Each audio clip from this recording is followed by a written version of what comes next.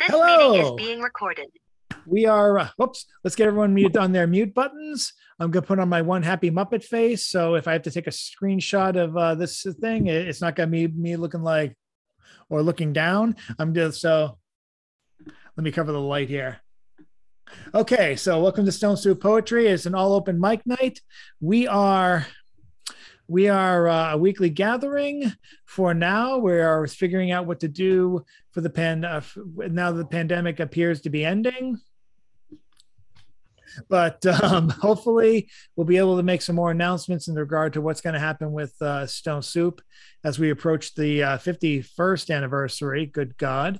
Last year we had the 50th anniversary and celebrated with the help of Dita Galloway and Tony B, who was instrumental in helping the event get recorded and helping it happen. Still a fantastic day of poetry, and on a Saturday.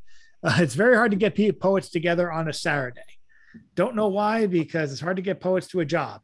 So like, well, you think Saturday they'd be happy energy, but I speak as someone who just came from work, so I'm tongue in cheek, but that was still an amazing event. And we're hoping to top that later on in May. And I'm excited to see what the prospects are. So all I can say is stay tuned. I will say that for next week, let me see, we do have a feature to close out the In Like a Lion, Out Like a Lamb, that's being chased like a lion month that we call March. And that's going to be R. Chrysler Fairhurst, who has contacted me. He was part of the old guard when Stone Soup was still on Prospect Street, off Broadway, off Central Square.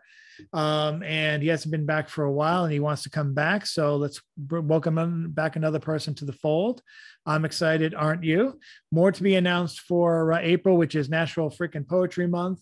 National Poetry Writing Month is taking place next month as well, because that's the month it falls on, for National Poetry Month. So the goal for that is to average 30 poems over a period of 30 days. If you can do that, good luck to you. I've been participating since about 2004 or 2005, maybe, not too long after it was first founded by Maureen Thorson. And I've shared the website before, the NaPoWriMo month. That's short for National Poetry Writing Month, though now it's being called GloPoWriMo, which is short for Global Poetry Writing Month. So it's a lot of fun. You can do it on a public blog. There are private blogs or even private Facebook groups are formed. If there's anyone who's interested in participating on a private level, I can actually create a Facebook page and have people participate and join. So if you are interested, that's a low thing for me to moderate. I'm not going to chase after you to write poems because I know how fucking hard it is, to be quite honest. Sometimes I'll get them done at 8 o'clock. Sometimes I get them done at 11:59 at night. Sometimes I have to skip a couple of days and I catch up. But I do my best not to try not to break the haiku emergency glass. That's always my goal. I've been fairly okay with it so far. Even if it comes out with a poem that's short enough to be a haiku, I don't call it monoku, Chad. Monoku. What's monoku? One line. Oh, all my years, I've never heard that term. I've always called them one-line poems. I didn't know it actually had a term. Well, I'll be. Well, anyone who's interested in participating can do so. And I guarantee it won't be shared. So that way no one will complain like you must have your poems unpublished or whatever shit like that. Because sometimes people are really hard asses and they'll be like, even if it's been posted on a personal blog or a private blog, it counts as published and you can't use it. But I'm not gonna be that much of a dick. Maybe I'll self-destruct the page so no one can find out. We'll figure it out. But share your poems, write your poems. It starts April 1st, which is next Friday. So good luck to all of you on that. It's a hell of a challenge, and it can be a hell of a lot of fun. It can, at least if you get at least one good poem out of it, it's worth the trouble. With that, we're going to go to our open mic, and we're going to welcome someone who was recently published in Oddball magazine, as I think last week. It was actually her poetry and her artwork. She's still working hard at both. And I'm sure we'll see more contributions later in the year. Let's welcome up Julia Murray-Hoy. Hi. I selected several to read, so I don't know what you're giving for a time frame for everyone. Do you have one? We give an average of 5 minutes, but if you want to go over, I don't think anyone's going to complain. We're all hands here. Okay. Technically, I've gone like 27 minutes monologuing, so I'm not going to be a dick. Okay. Thank you. I timed it to 7, so I'll just knock one off. Okay, bones. Discovered bones buried in my purse. I'd forgotten them for fear of forever lugging them around, that they'd entomb me till I disappeared. Some ancient, others fairly new, their marrows bitter-sweet. Another would simply sup on them. Instead, I clean them in straight bleach. Many times I burrowed underground. In Mother Earth I could consume the weighted stones and choking silt, till with love and trust I was exhumed. Once again I ascend with dawning sun, stretch my arms and I embrace the clouds and then the evening stars. Truth and brilliance grant my state of grace. And this is called Holy Hands. Steeple catches dawn's first rays, squirrel roams the oak. Maple's morning doves are perched, cooing their loving oaths. My kitchen windows flooded with peaches soft and pale. Coffee hot in my holy hands, I trip and grab the rail. Stepping down into the cellar, into the dank, I weep. Buried beneath sodden boxes, I spy all of my lost sleep. Curl up on the sofa cold, wrap myself up tight, all windows boarded up, pray one, desperately I seek the light. In the dusk I am awakened from dreams of gossamer. I turn a corner as I climb again, of this night I have no fear. And where was I? And this is the one that Chad published last week for me. Shattered.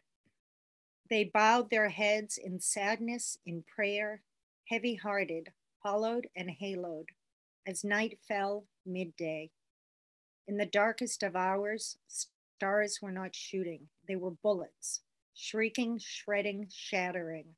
Tanks rolling, bombs dropping, people fleeing, begging, screaming, dying. Innocents kill innocents, while munition mongers, greedy generals, and perverted politicians fill their coffers, feed their egos, and parade their pathetic pride. Sunflowers shattered before our eyes. I'm not good at closing these out. Okay. Heavy-lidded. I do have one positive one. It's the last one.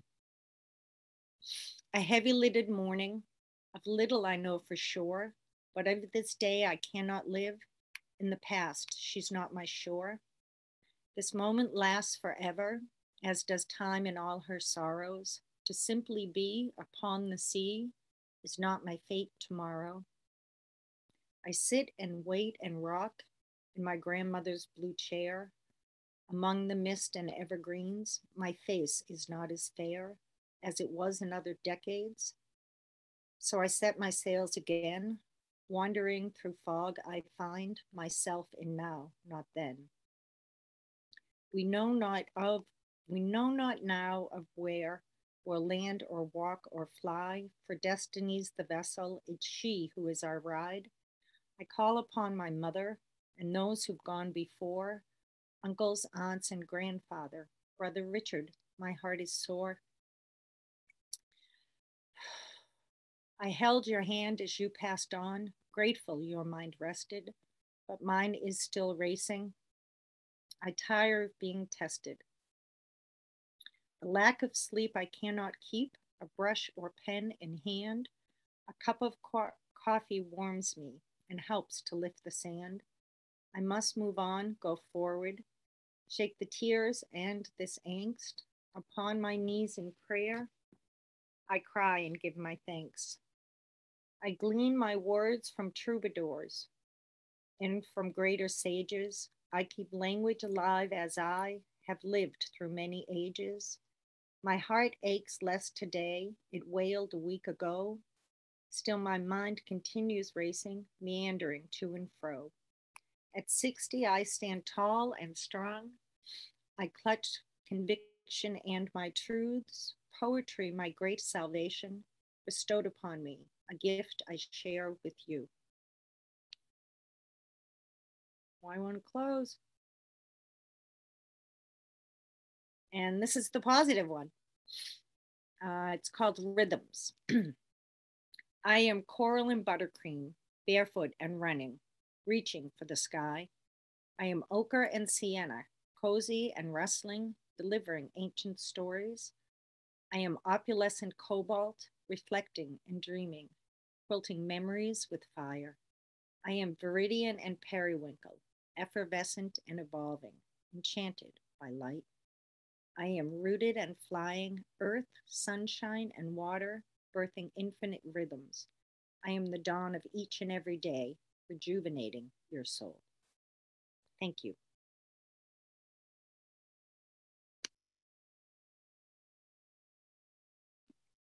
That's it. Thank you, Julie.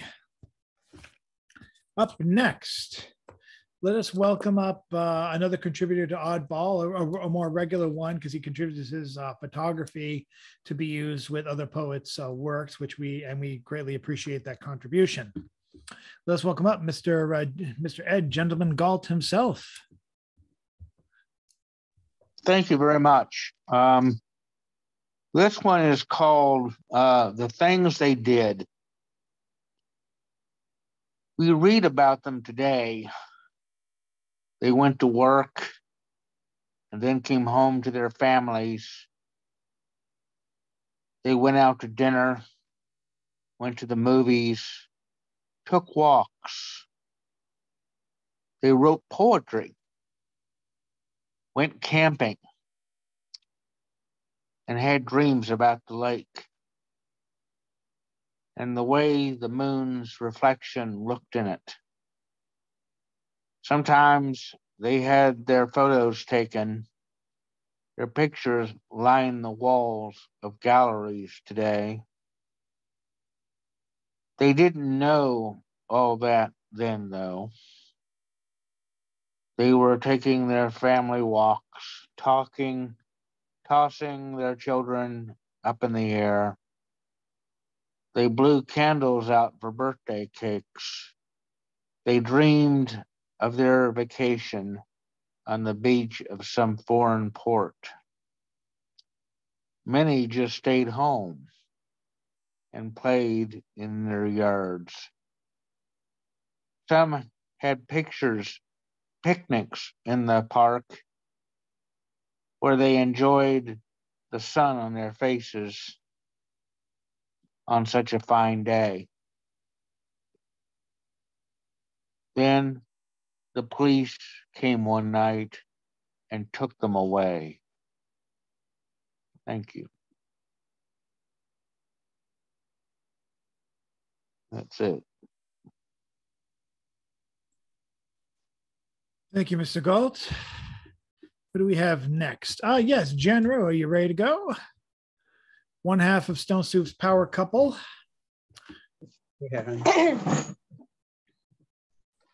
Hi, I want to read what I read at open mic yesterday at Sprout Hall. It's like the Black Seed Writers Group in the morning. This is a draft. It'll probably go in next week. Is it harder to hide information now? I was searching online, carefully considering sources about the status of a pipeline deal involving Putin's son-in-law and Wilbur Ross. Now, Wilbur was our Secretary of Commerce, whose 10-year census left off about 19 million people, of color, of course. Wilbur also has about 7 auto plants in Mexico. Well, anyway, so our Secretary of Commerce, along with Secretary of the Treasury, Stephen Mnuchin, who doesn't like to be called the foreclosure king. So, 3,000 people Stephen Mnuchin put out on the street. Just don't call him the foreclosure king. So somehow Mnuchin and Wilbur Ross managed to get thousands of houses from the government and money to maintain them. People found themselves renting houses they used to own. Okay, so anyway, I didn't find out about the pipeline deal between Putin's son-in-law and Wilbur Ross. I did find out that banks and Social Securities, they have to reveal their sources. The people the groups that don't have to reveal where their money is coming from, private equity, venture capitalists, hedge funds, seems to be $11 trillion problem. Now, all those Russian oligarchs we helped create. But anyway, remember when venture capitalism was called vulture capitalism? Toys R Us was a hostile takeover.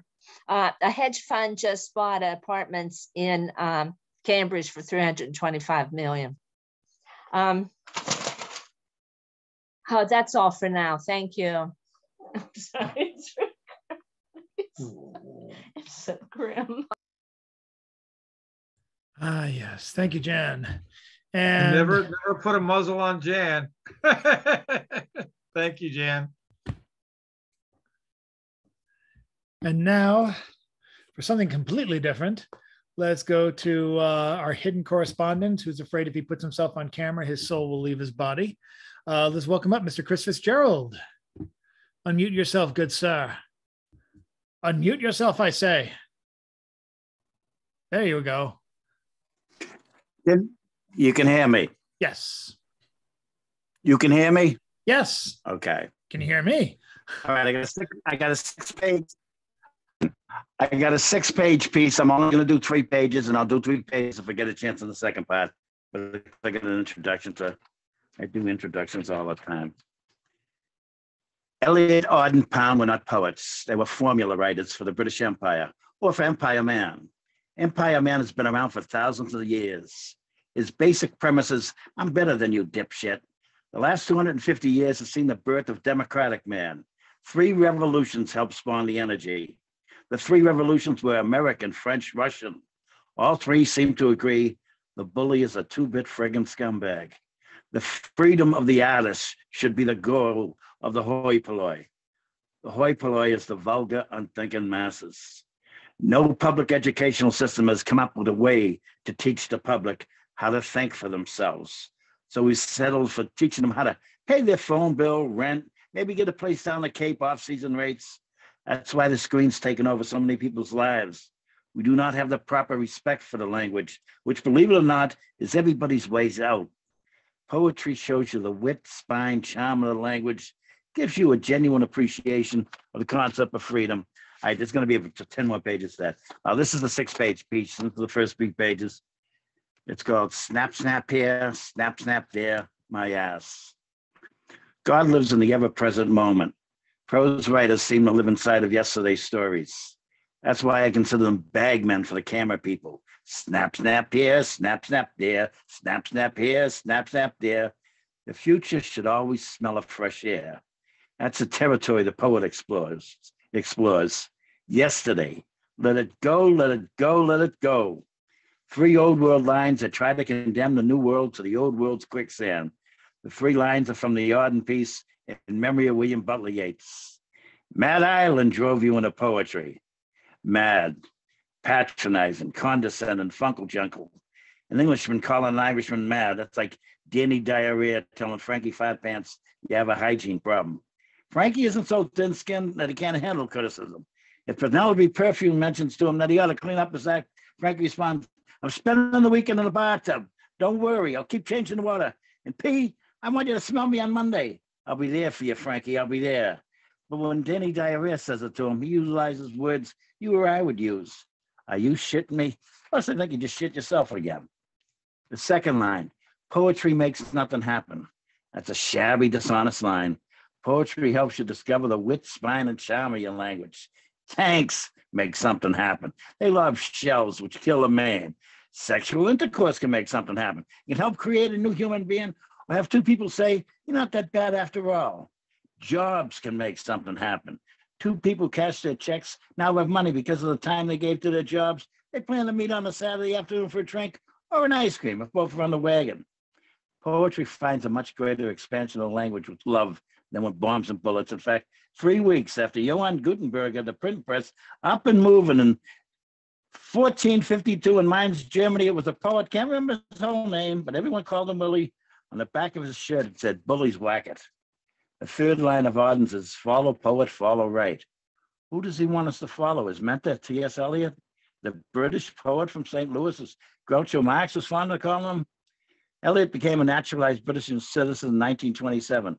7 years later, he was writing essays about wanting free Jewish free thinkers living in his neighborhood. Jewish free thinkers had been living in that London neighborhood 250 years before T.S. What's-His-Face had lived there. 400 years before that, they had been thrown out of England by King Edmund the Digit. He owed Jewish moneylenders some scratch. By throwing them out, he didn't have to repay his honest debt to them, and as a bonus, he collected the debts his nobles owed to the Jewish moneylenders. What a piece of shit was the divine right of kings. After World War II, I would have thrown Eliot in prison for his part in the aiding and abetting of a Holocaust. Thank you. Thank you, Chris. For those of you who didn't notice, I put up the link to the NaPoWriMo website, the National Poetry Writing Month website. You can visit that on your own time. I've posted it in the past on Stone Soup, and I'll post it again as we get closer to the date. There's blogs that you can observe of people who are participating. I'll be putting mine on probably at the month's end. There's also suggestions for writing prompts and other things you can do. It's a challenge, and it's definitely, I don't know if it's made me a better writer, but it's made me a more active writer. It's at least gotten the shitty poems out of me so I can actually work on other stuff. So I hope you guys are interested in the idea of me creating a Facebook page for that. It will be a private group. If you want to be invited, I'll invite you. Just let me know how interested you are in that. Send me a private Facebook message. The reason I bring that up is that someone who was asking questions about that is up next. Let's welcome up Miss E.S. Whoop, I muted you by accident. I went to ask you to unmute, and then it was Jinx. Did it work this time? Yes. Good evening. Sure. I have two, and it's kind of a before and after. So the first one is Regress, and this was written in November 16th of 2020. And it's, you sent me a travel patch as a gag gift. Cruel, like putting a nip in a recovering alcoholic's coffee. Now my mind won't sit still. Doesn't care that the custom gates are as close as the bars. I was trying to enjoy this singular celled self, damn it. But now every nerve itches with want, and the present seems less like a handhold and suddenly more like a handful, fist to mouth, a punch or sustenance. Either way, I'm whirling, flailing hopeful flashbacks of places I haven't lived yet, the scars on my palms remembering missed calluses, as I hold burlap and hope and pain and memory, all in this pouch, which when opened is so very empty. And the second one is Caesarea, which I wrote at Stone Soup. Hey, Jan. Not Black Seed Writers, excuse me.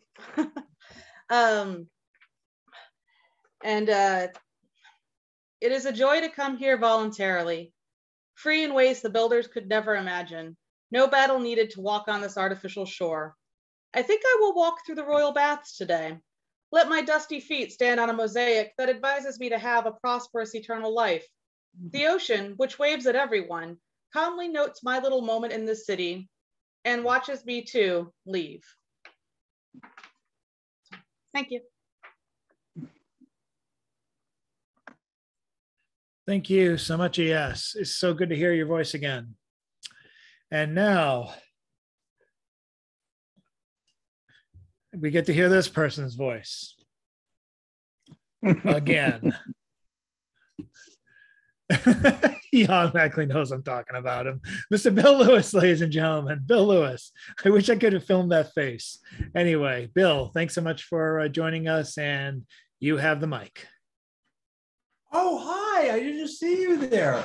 Hi, Chad. How are you doing? Oh, my goodness gracious. I was just floating in a cloud of beautiful poetry, wrapping me up in a little blanket and carrying me along. Oh, life is so wonderful or so terrible. Sometimes it's hard to tell, you know.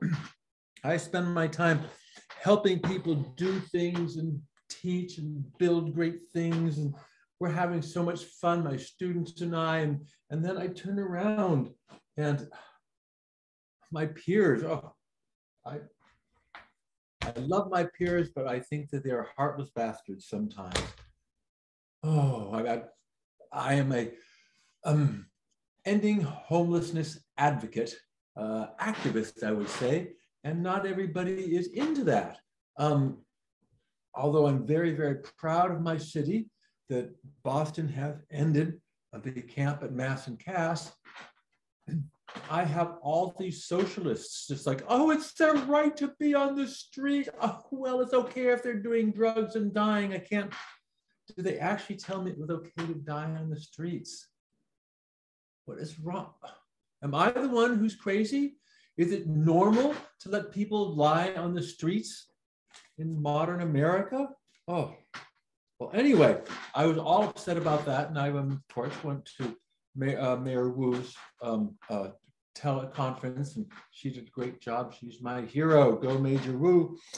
People are so difficult. People are so strange. People give me a headache. People are my bane. If people would, when I request, just wander far away so I could sit in solitude and enjoy a passing day. I saw people doing stuff that I would never do. It angered me so terribly, I almost threw my shoe. And people, when they're young, are prone to devious schemes. I know they plot against me. I've seen their evil memes. Outside of school, they mock me. They make obnoxious jokes, but when they're in the classroom, I've got them on the rope. If you do that one more time, you all will be in trouble. I'll tell your teacher what you've done. You'll be punished double. They all would laugh and point at me. They'd all make funny faces. I warned you, if you did it, I'd put you in your places. Stop making me laugh, I would scream at the kids, who by this time were near apoplectic. You are the teacher, so tell yourself what naughty kids we've been. They'd laugh and laugh. They'd torture me with a loud and raucous din. You're so mean to me. I'd pout and pace upon the floor where many kids were rolling, guffawing with the roar. People drive me crazy. I'm sick of all their stuff. The only reason I don't leave is I love them far too much.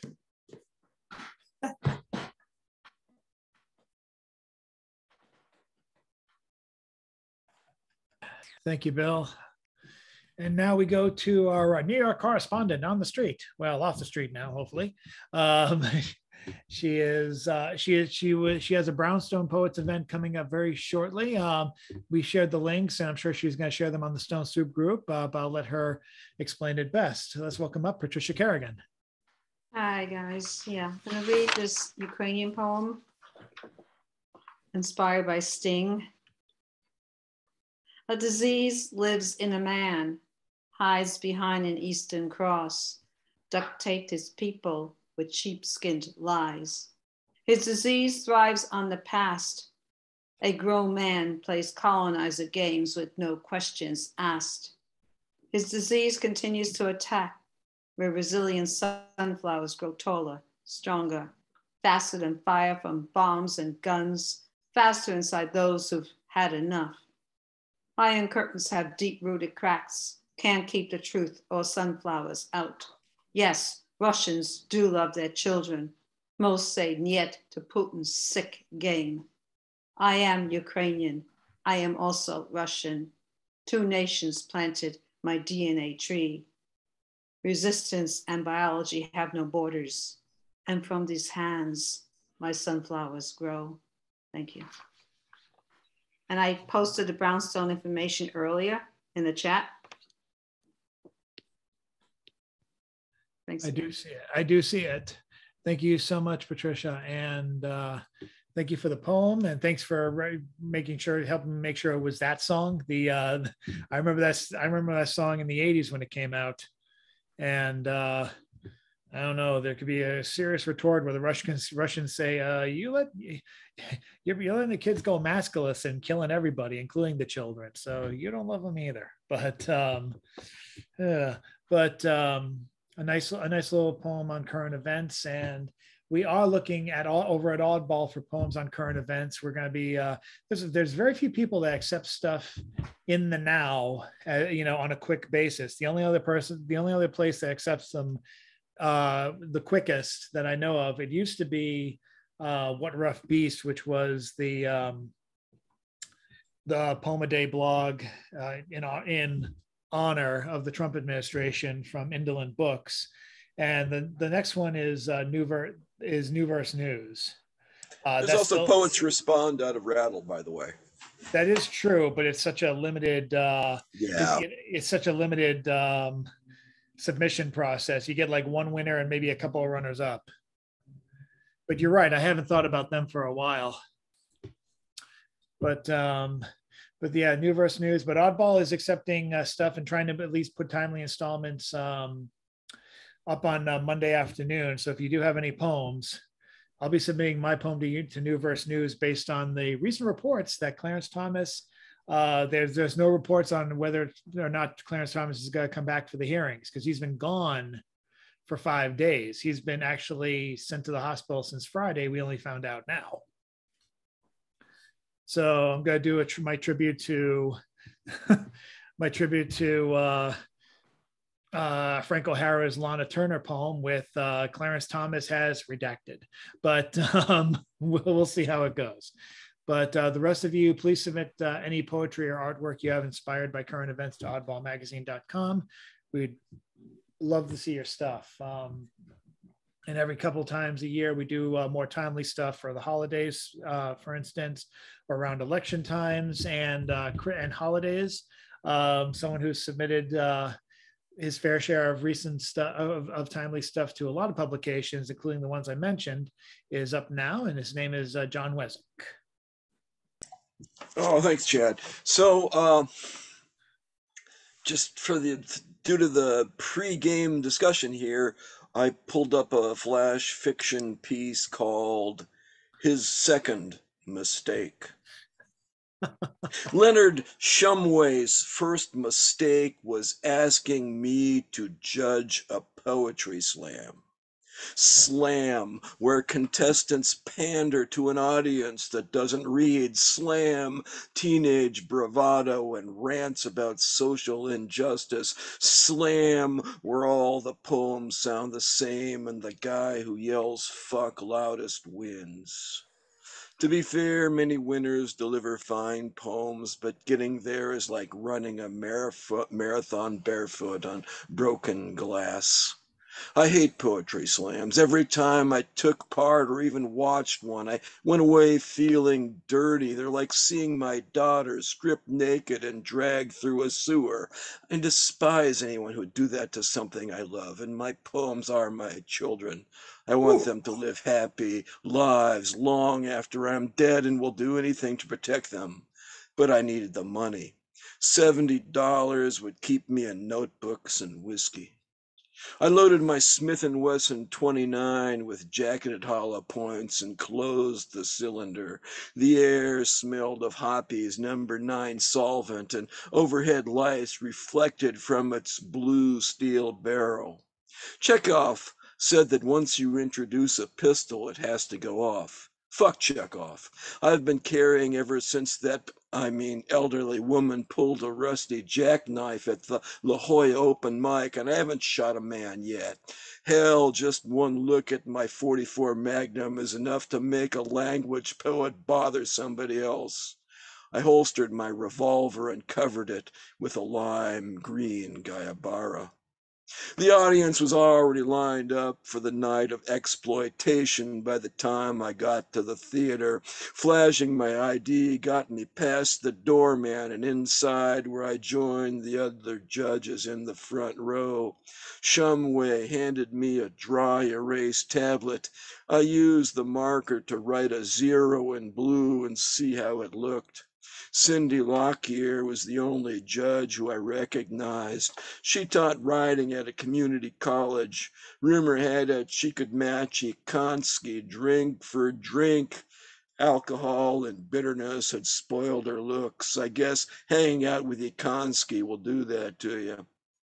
I didn't know the other judges and didn't want to. There was a woman in Birkenstocks who wore an amethyst necklace, a jock in a leather jacket, and a balding man in wire-rimmed glasses. I erased the 0 I'd written. There would be plenty of chances to hand out more. Of 10 total points, I give 5 for performance and 5 for content. From the looks of the contestants, I'd be handing out a lot of 4s and 5s. Of the 12, I recognized only a few from local open mics. The rest must be out-of-towners or people with nothing worth sharing. The rules called for dropping judges' high and low scores and averaging the rest. That means my presence here would be pointless. Ha ha. As the crowd entered, someone from the projection booth played a recording of traffic's low spark of high-heeled boys. I flashed back to braless hippie girls and all the concerts of my youth, King Crimson, Santana, Starship, and Jethro Tull. My good mood lasted until the first contestant took the stage. He was an old guy with a walker who moved slower than continental drift.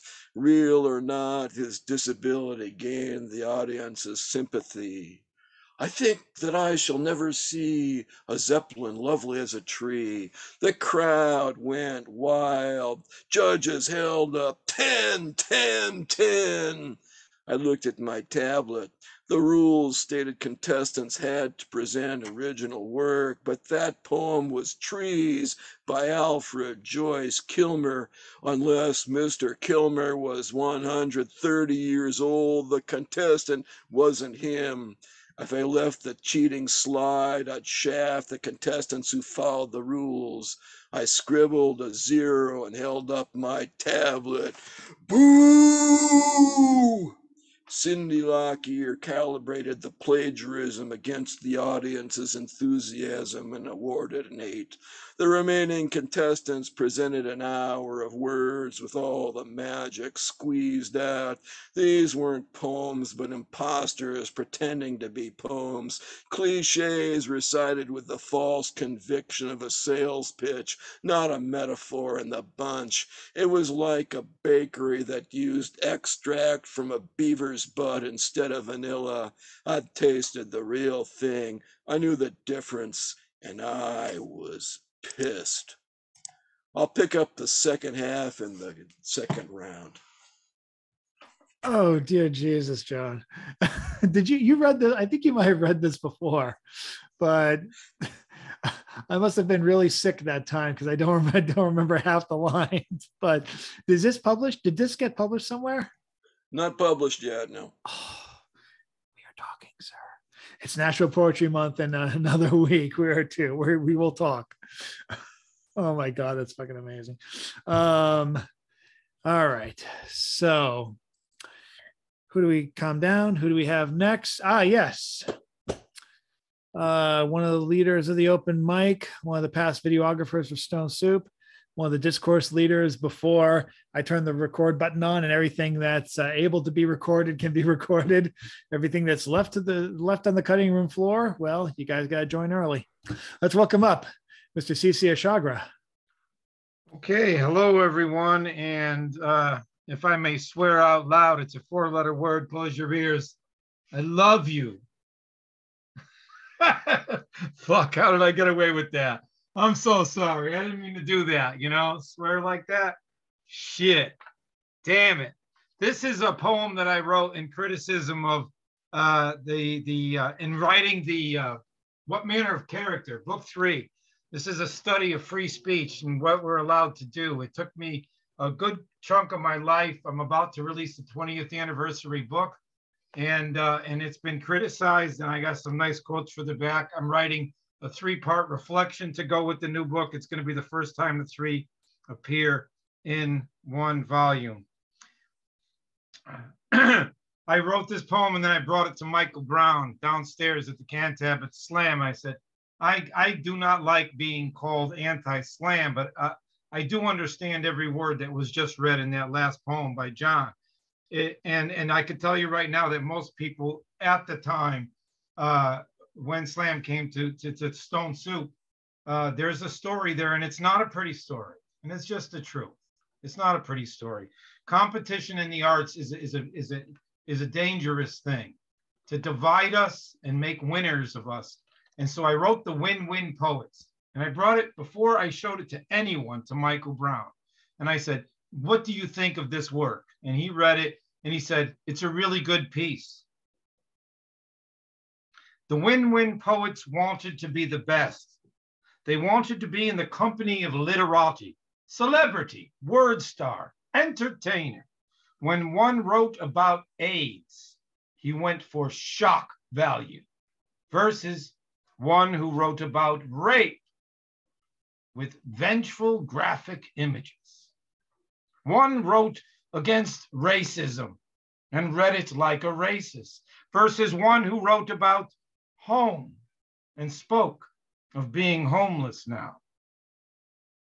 Each Win-Win Poet hated it when the audience liked some other poet better. The AIDS poet needed to be better than the homeless one. The rape poet needed to be better than the incest one. The lost soul poet needed to be better than one finding soul. Amazing. Each Win-Win Poet needed to win, fighting back and cursing out every disappointing judgment. Poets willing to kill other poets, being. Poets willing to kill other poets, trying. Poets willing to kill other poets, dying. Willing to kill to get to the top. So, Bill, I just want to say something. You said you're an advocate of the homeless earlier, and I think your message and your label should be really looked at. That's a dangerous moniker to place on yourself when you're really involved in not knowing the individual story of lives that you are interested in cleaning up and moving out because it's a blight on your understanding of what civil is. So God bless you, Bill, but take a look at that. I'm writing a series of poems a while back when the pandemic started called The Definition of Free. And they're all 4-liners. I'm gonna just chalk off a few and then be on my way here to grab a bite to eat maybe, unless I move that around, hold on. The title of this manuscript is The Definition of Free. Poets Can Always Be Wrong is the subtitle. Poets can always be wrong. Every word is air. As the vibration of thoughts give birth, the imperfections of God come here. A group of words, a line, a statement, a couplet, a chorus, a sentence, book, a stanza, a verse, a poem, prose, a comic bit. You are free to plant any seed you think now. Reality and the fish bowl is filled with fear is. The fish bowl and civilization, reality bowls within it. Planetary time, space constructs, and the worthless game. Inhumanity moves all wars to the dark side of Mars. Some poets never learn you do not need a knife. You are going to the river for fresh water. To get a drink of water, refresh your gratitude. As you wake from the mind slave systems, belief wars are in place to move you onto the chessboard, to put you back to sleep inside universities, arenas, schools of thought wars, concentrated into camps. Freedom for sale. Follow the slaver, selling your spot in the noose on the gallows. There's a job opening. Hangmen, now hiring. The new word you never heard before, a new word you never heard before, that explains the war you are going to kill for. You cannot let that happen to the word us.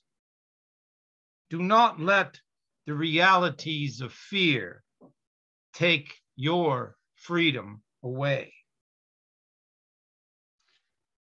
You belong to a species divided amongst itself.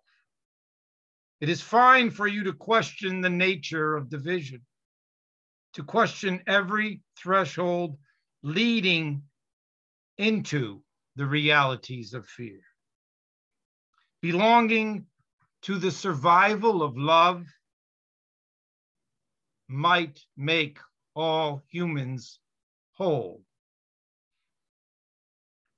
Knowing you are not allowed to question knowledge, the domestication of caste education, the refusal to see the question inside the degree,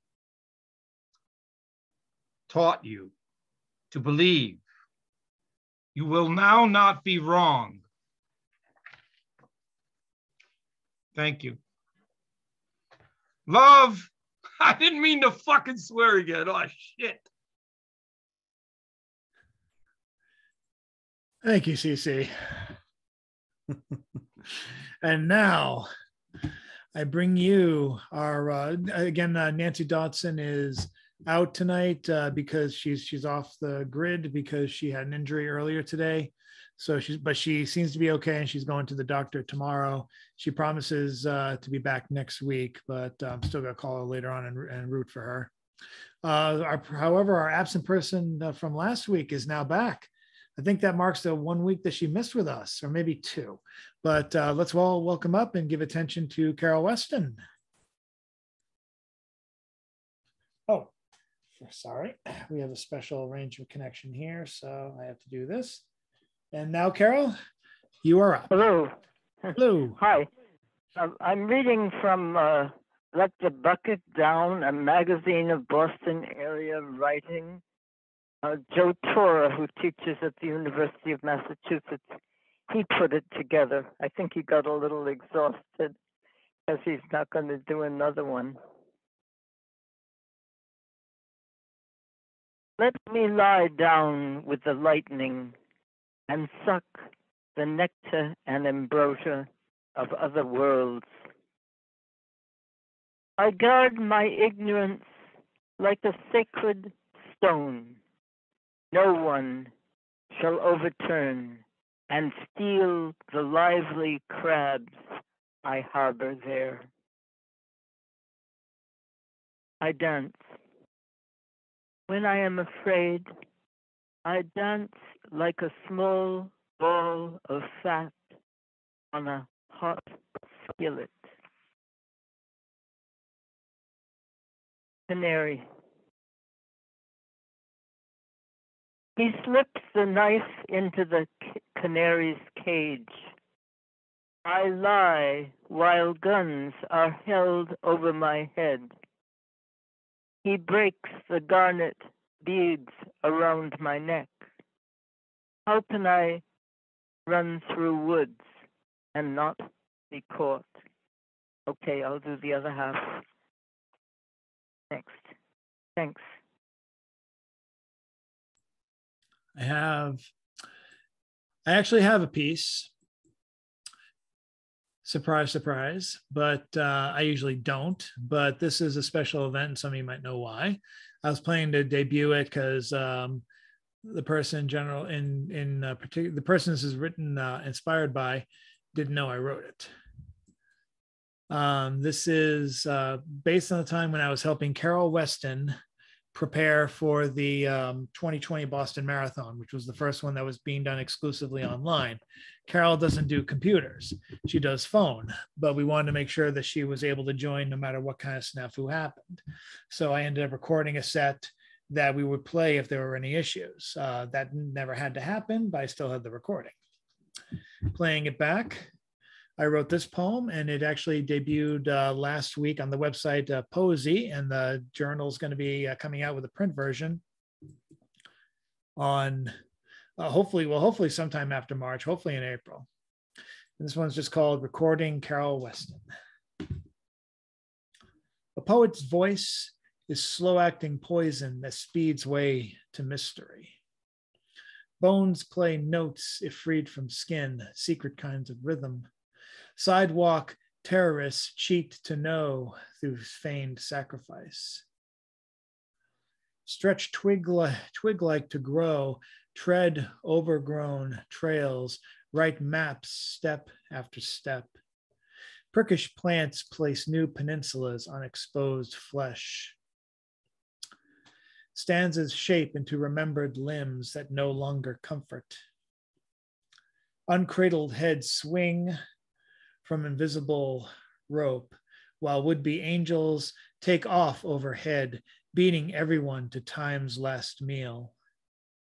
Masters stand above, watch students take broken glass walk. They tire of holding own world, leave before newcomers arrive, discard tinder, trust others to relight ignored gospel.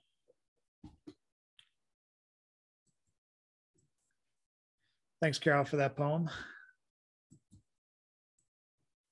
She fainted. Okay, so we're going to go. And just as I was going to introduce the next person, I hope she's not. She's hiding behind her profile pic. Oh no, there she is. That's Caesarea Chagar's profile pic. My bad. So now we have second generation poet, niece of Jack Powers, who has been kind enough to share her own work, and hopefully will share much more in the future, hopefully the very near future. We're going to introduce now Miss Julian Powers.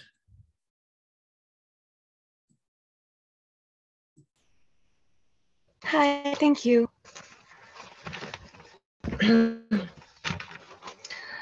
This is called Heavy Coats. Love for autumn is so fitting, for a kind with such fascination over death.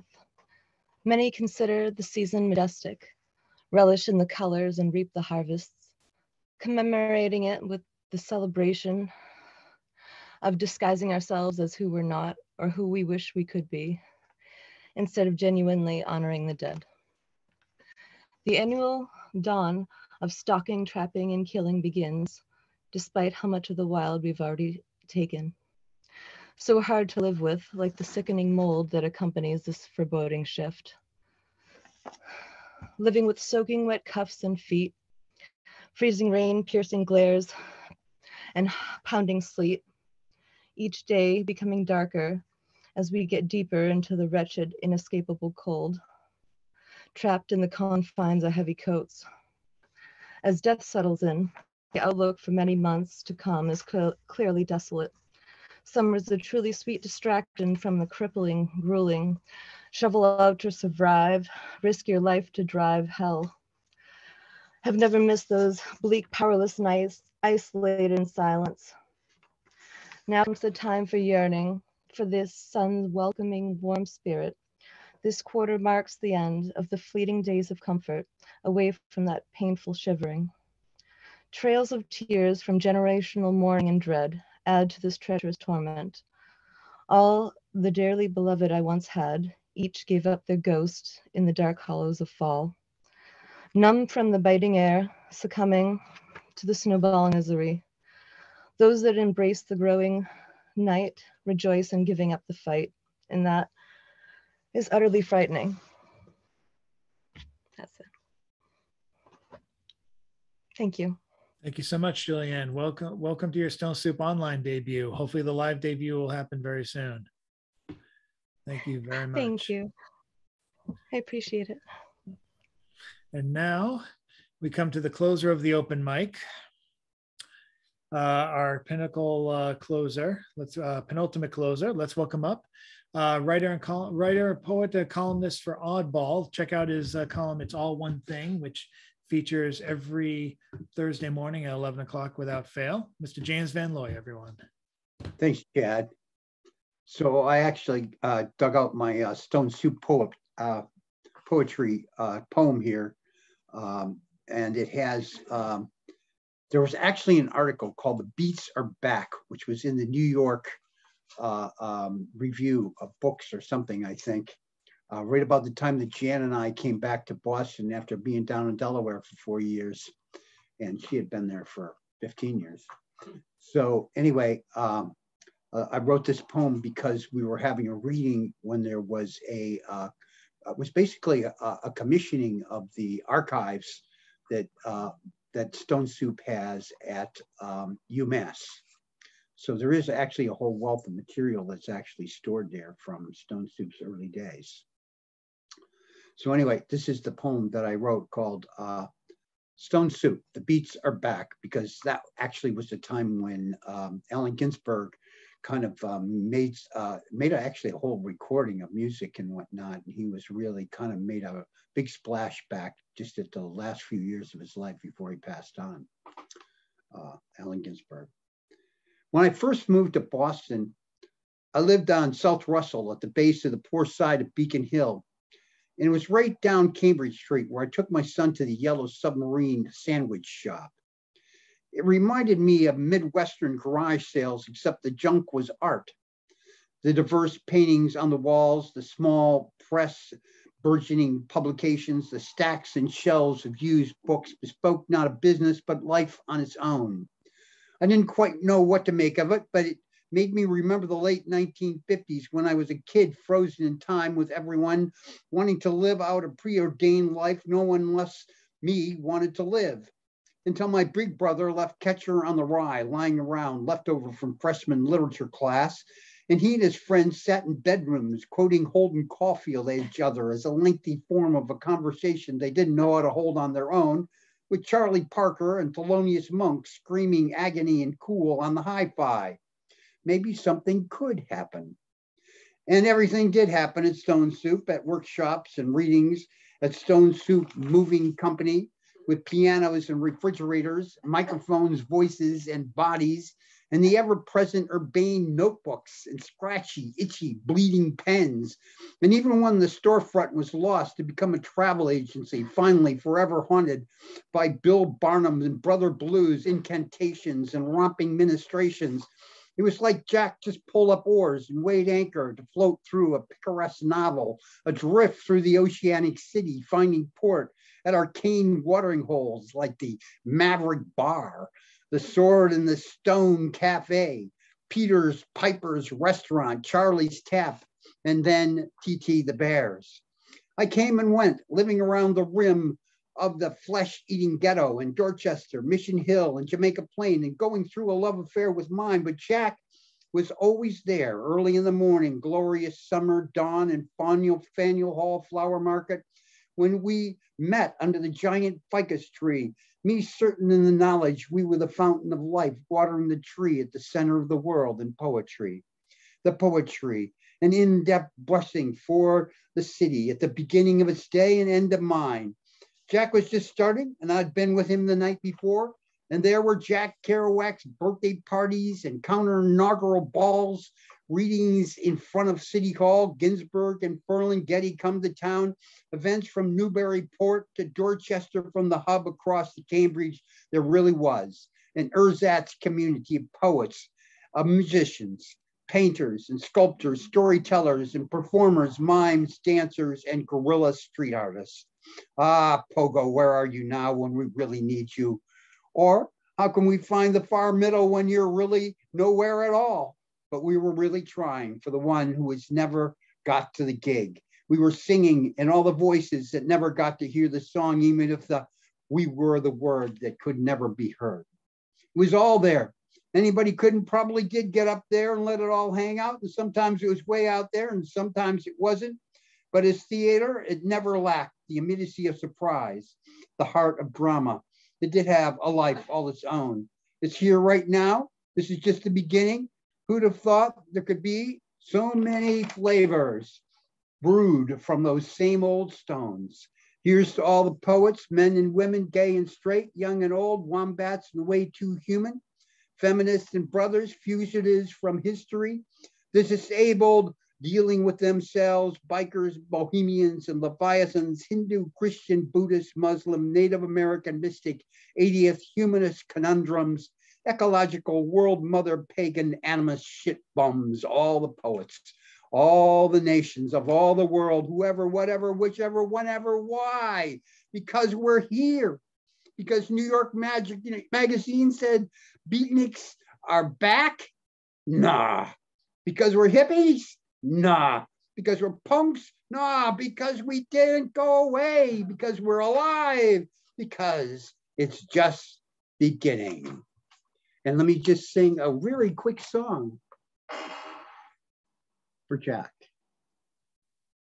Beautiful dreamer, wake unto me. Starlight and dewdrop are waiting for thee. Sounds of the rude world heard in the day, lulled by the moonlight, have all passed away. Beautiful dreamer, queen of my song, list while I woo thee with soft melody. Gone are the cares of life's busy throng. Beautiful dreamer, awake unto me. Beautiful dreamer, awake unto me.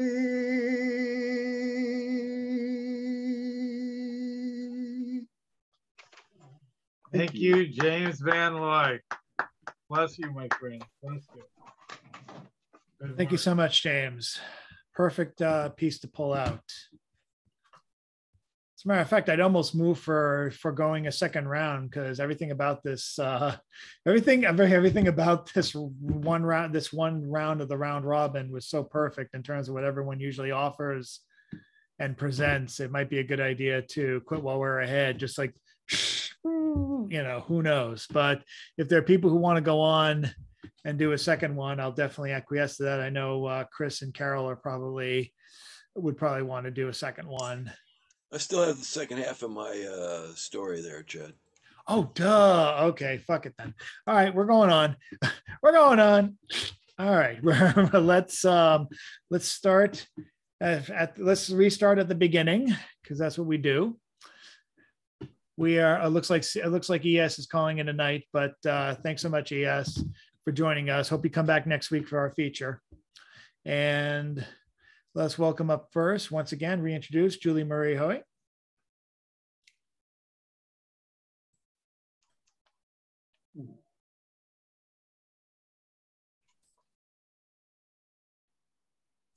You're still muted. Sorry about that.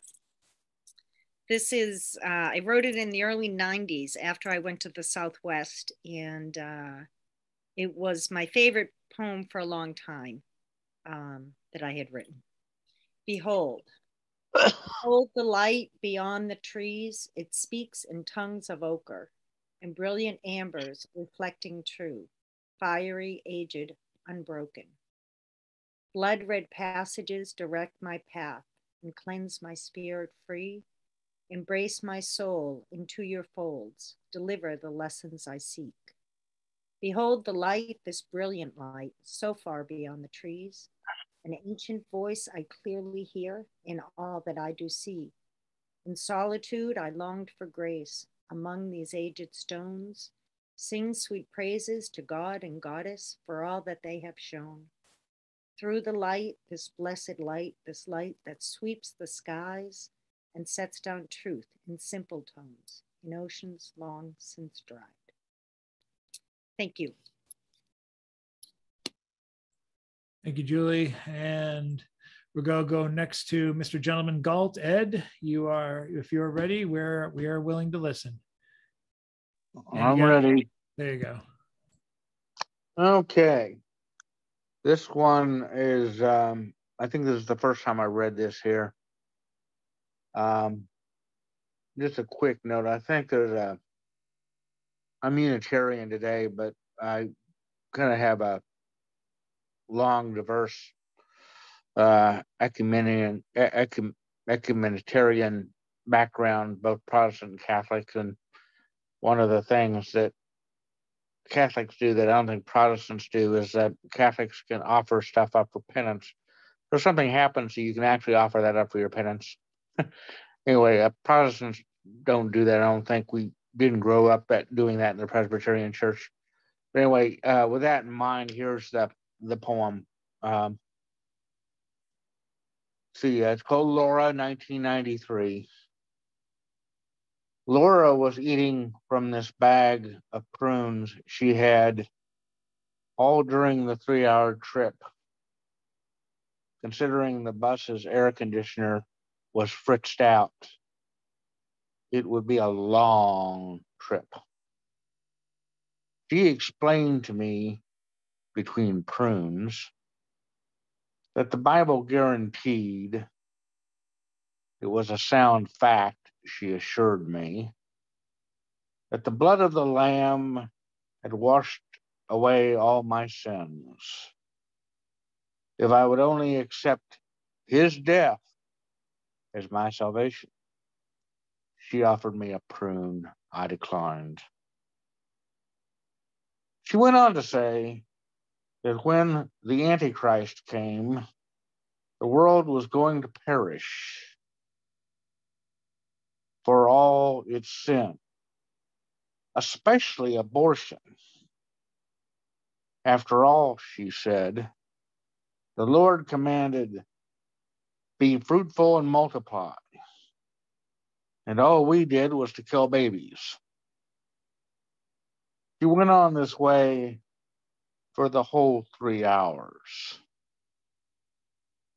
I offered her up as my penance. Thank you. Thank you very much. Thank you, Bill. Thank you, Ed. Sorry. Thank you, Ed. Reading down the list. Let's bring up Miss Jan Rowe once more. You're still, oh, there you go. This is actually a quarterly, and I'm going to read this, which is Outsider Theft for Jack Powers, Dream Exercised. Before you do, Jan, you might want to start your video again. I stopped it by accident. Got it? There you go. Voila. So the writers group has quarterlies, and it appeared in it under a drawing by a guy that used to be homeless.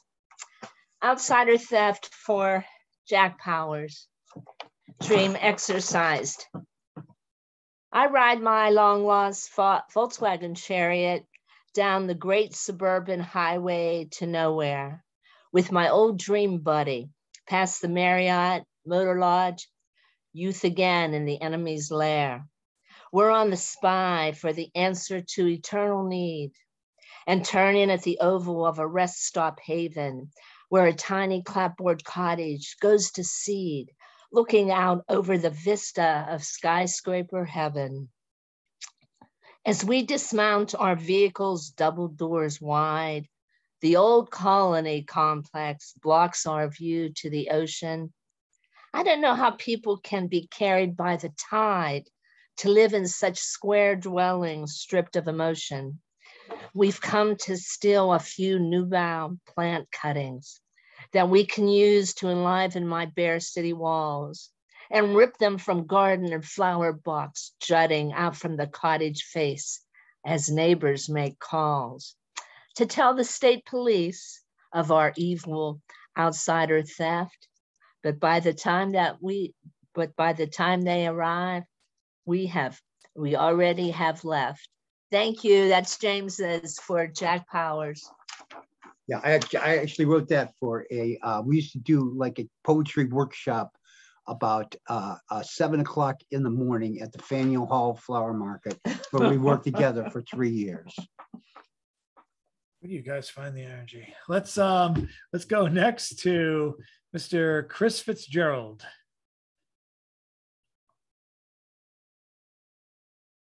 I said, let's go next to Chris Fitzgerald.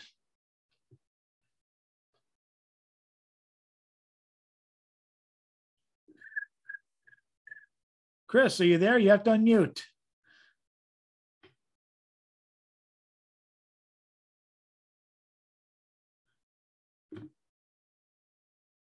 Okay, so while he's in the can, let's go. And since ES is gone, let us go now to Bill Lewis. Why, thank you very much. It is a pleasure to be here as usual. In response to a question by Ed Galt, yes, they actually have been critical of efforts to help people off the streets. I don't know if you saw this picture in my background, but the man who's attacking that woman, they criticized this woman for being mean to him. I mean, the head of the Democratic Socialists of America. So yeah, it is, these are my peers, these are people I know, I work with, and they are sometimes bonkers. So it is hard. But let us turn to the poetry of the evening. What we need is something light and glorious and happy. We have nothing of my own, so we will just steal instead. Da, da, da, da, da, da, da, da, da, da. Okay, I'm ready, I'm ready. La, la, la, la, la, la, la. How doth the little crocodile improve his shining tail and spread the waters of the Nile upon every gleaming scale? How happily he seems to smile, how widely spreads his jaws, and welcomes little fishies in between gently smiling jaws.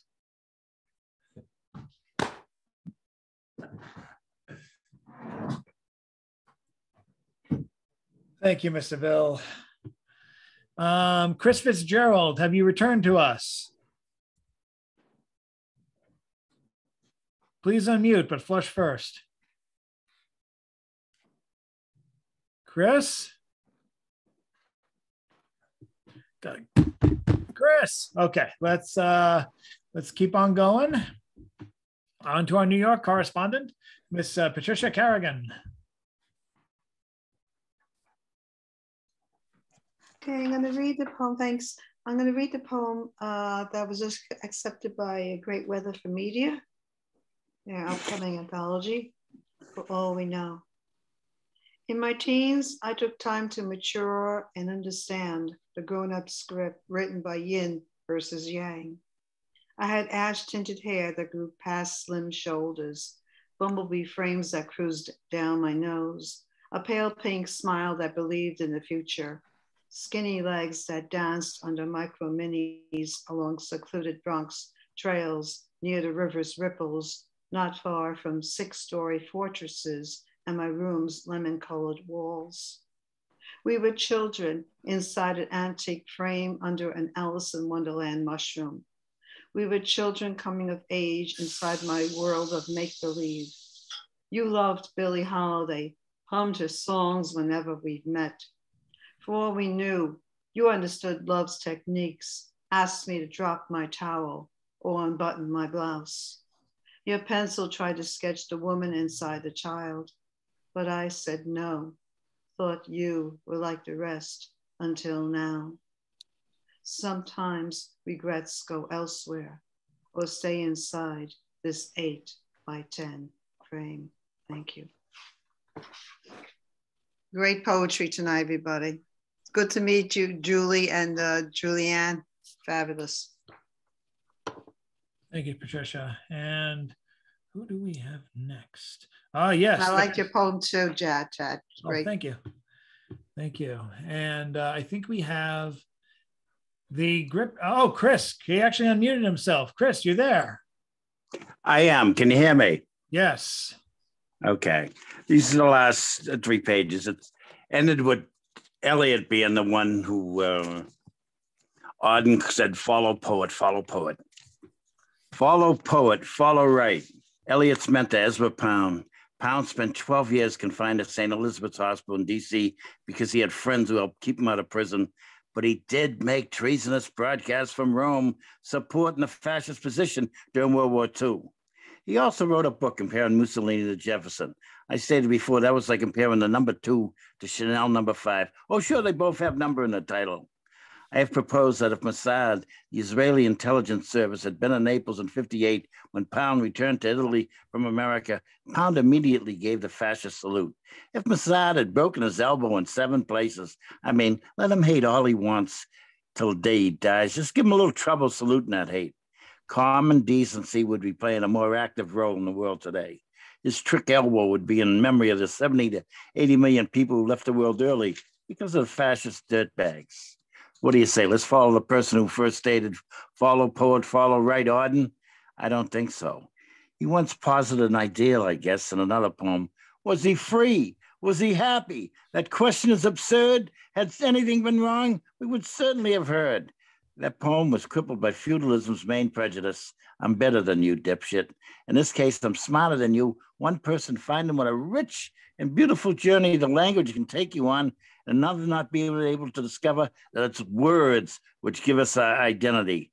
Poetry, unlike politics and religion, primary concern is not in controlling the narrative, but in saluting beauty and truth.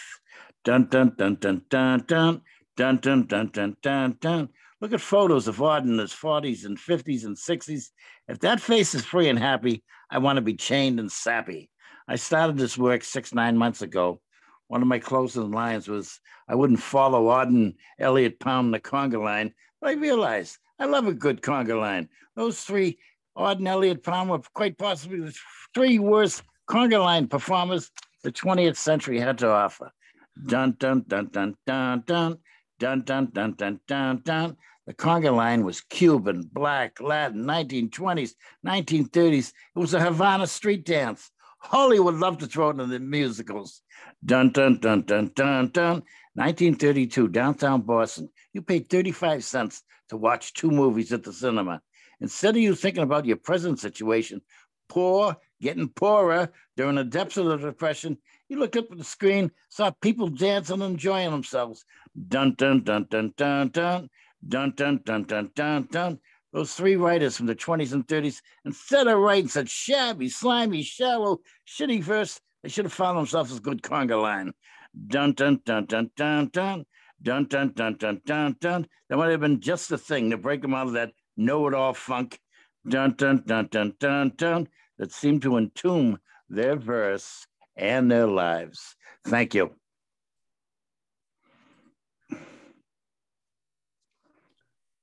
Thank you, Chris.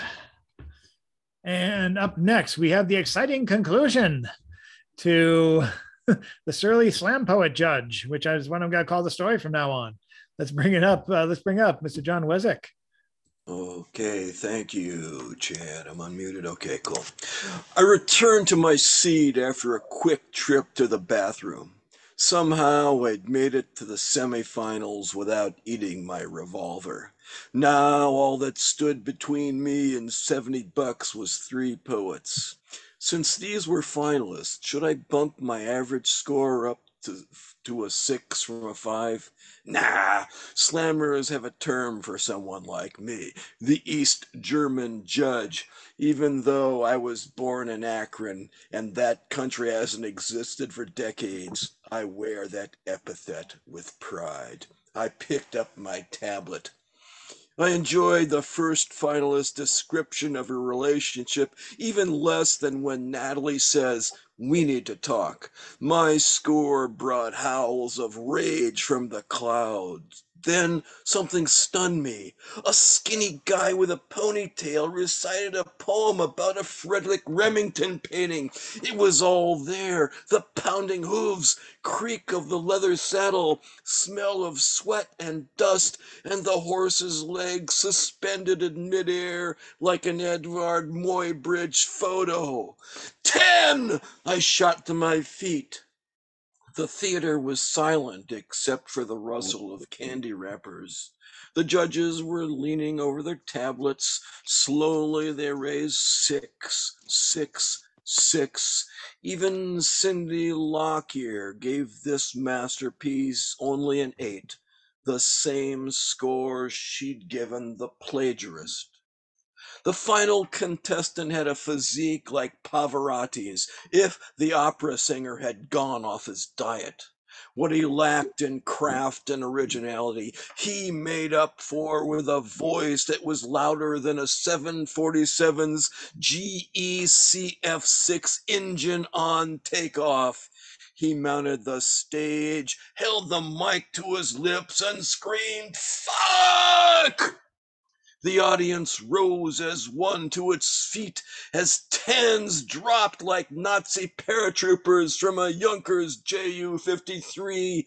Bottles began to fly as I held up my 0. Soon the crowd broke up chairs and rushed the front row. I didn't draw my revolver because fuck Chekhov. Besides, the back door offered me an easy escape, and this was a duty to retreat state. Even if attacked by some thug, a prosecutor who never faced so much as an angry word could throw you in jail for defending yourself because you didn't run away. I'm here for my $70. I stared at the bald spot shaped like Antarctica on top of Shumway's head. He sat at his desk in an office decorated with American flags, as if selling used cars that broke down 20 minutes after leaving the lot was somehow patriotic. "I'm docking your pay for the riot you caused," he said. That was his second mistake. That's when I reach for my revolver. Okay. Thanks, everybody. Thank you, John. And that's when he got off the chessboard. Callback to stuff that no one else in the video is gonna know. Anyway, let us go to, well, they'll know if they really watch the Facebook feed. Spoilers. Or will they? I don't remember if I even recorded. Anyway, let's welcome up Cecilia Chagra.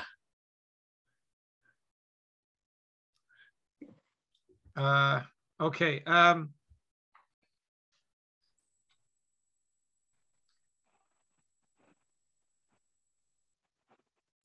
Did you want to skip when we do it? not find, okay, no. When we do not find the compassion as to defend the pain makers, to applaud the silencing of suffering, where we do not find the empathy, the courage to die into our own jaws. I don't know, somebody said something that got inspired. That was just written. So inside this critical essay of, since there's a lot of love going around today, There's a poem in here, which is like a vampire type piece where poets are not very kind to each other in many ways. And we all have to bear that until love survives. There I go, fucking swear it again. Son of a bitch. Okay, this one's called Fake Friend the Poet. Fake friend the poet played the politics of kindness. He had a handshake that could capture your confidence, a sinister sense of compassion that moves smoothly and steadily toward using you. He will attach the teeth of his smile to your weak need, to feel that you must be told that you're supported, while sliding nearer and nearer to the sound that your heart makes, till he could smell your blood beating and get high on his delirium, laugh at you to reduce any tension you may sense, draw you close and closer still, to bite deep into your giving gift and drain you, to refresh the walk of his decaying corpse, justifying himself his pain-giving way, to avenge his own innocence that may have been taken by the cold, inhumane war game he calls survival.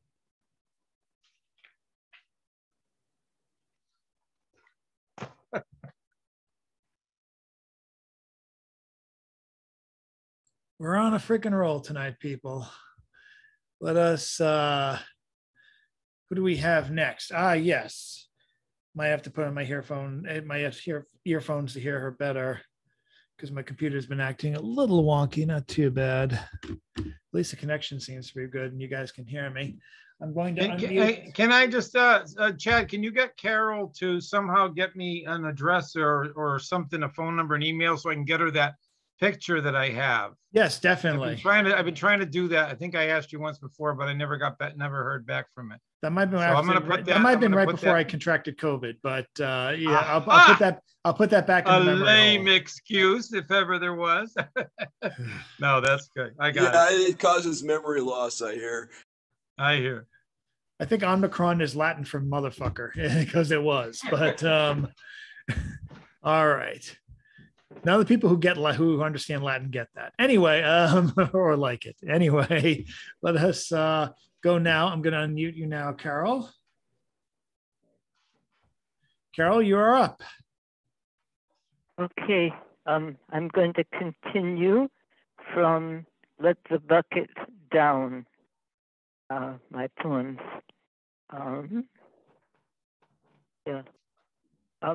The new lines on the back of my hand: mountain ranges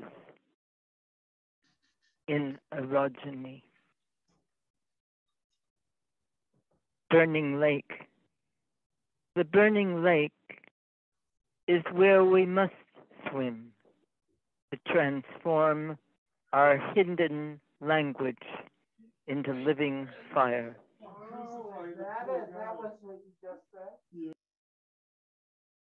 Bird of my soul, why are you trembling on tiny wings as you cross my line of sight? And last, arrival. They picked me up and brought me screaming home. The poodles licked my numb and puzzled hands. Thank you.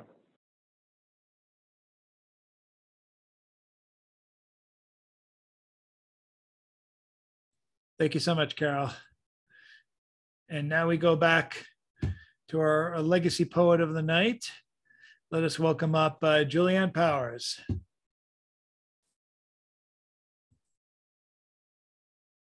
Positions, roll tape, you're up. Oh, sorry, I don't have another one for tonight, but thank you. Oh, okay, all right. That's okay. Always bring just one tonight. I'll have one for next week, though. Not a problem. Awesome. Do you guys do this every week? We try to do this every week. Okay. It might change when we go back live, but either one way or another, we're still going to do this as much as we can. And if you need help doing one of these, I mean, I can't do what you're doing, commit for 20,000 years, but give me a heads up and I'll try and, pull one of these together for you. Anyone can do it. All you need is love, CC. Consider it done. Fucker. I'll send my love clone. Like, oh God. Somebody wrote a song about that once, I think. Oh my God. All right. I am going to enough in jokes. Let's go back to our penultimate closer. Now closing the open mic. Let's go to our hero, James Van Looy. Thanks, Chad. So here's another poem that came out of interaction with Jack Powers. It's called You Can Always. You can always count on the I Ching, such a patriarchal parental book to give you a good stomp on the top of the head when you're already down below the waterline. Demanding complete, total adulthood as I hear my old buddy boy John reading it to me on the phone. My copy was stolen by the muggers. And on the return from identifying the corpse of my crazy cousin Charlie, who died in apparent overdose on a scallop boat out of New Bedford, I see his face, both living and dead, and still have the feeling he is near, which filled me when I saw the stiff form, the body, his earthly remains lying there, swaddled in sheets on a stretcher, an amazingly innocent bundle waiting for me to see his face in Christ-like peace, pax vobiscum, swallowed by the eternal womb of that commonplace, airless vault, while I would go home to wait alone and watch his appearances, living and dead, until other dreams might just as finally overtake me, and the infinite dialogue and the roll of the coins move to other conversation. And I have a Dutch song here. It's called Na de Dood, which means after the death, after death. It's er is leven na de dood. Of je Christians and Buddhists bent, Islamat of Jood, is leven na de dood. Ride us rustic door oranje and give extra gas by road. Is leven na de dood, na de dood, na de dood. Is leven na de dood. Eat group roast bake, what and the spank, my mint like fleece by your grunchies off your broad. Is leven na de dood. All your wig built out Tirana, back and fair again they boat. Is leven van de dood. Na de dood, na de dood. Is leven na de dood. Focus water in the himmel, is it all that I can taste? And my father can't weten what die is er geweest. What can see of now burn to he apple made her scout? Is leven na de dood. Stick your snickles under rubber in and head her up and poot. Is leven na de dood. Na de dood, na de dood. Is leven na de dood. Na de dood, na de dood. Is leven na de dood. Heb je donkeys overwonnen voor het alle dagen feest? Dat is vandaag maar pas van konen, voor je weet je bent er geweest. Ja de dood, na de dood. Is leven na de dood. na-da-do, na-da-do. There is leaven, na-da-do. There is leaven, na-da-do, na-da-do.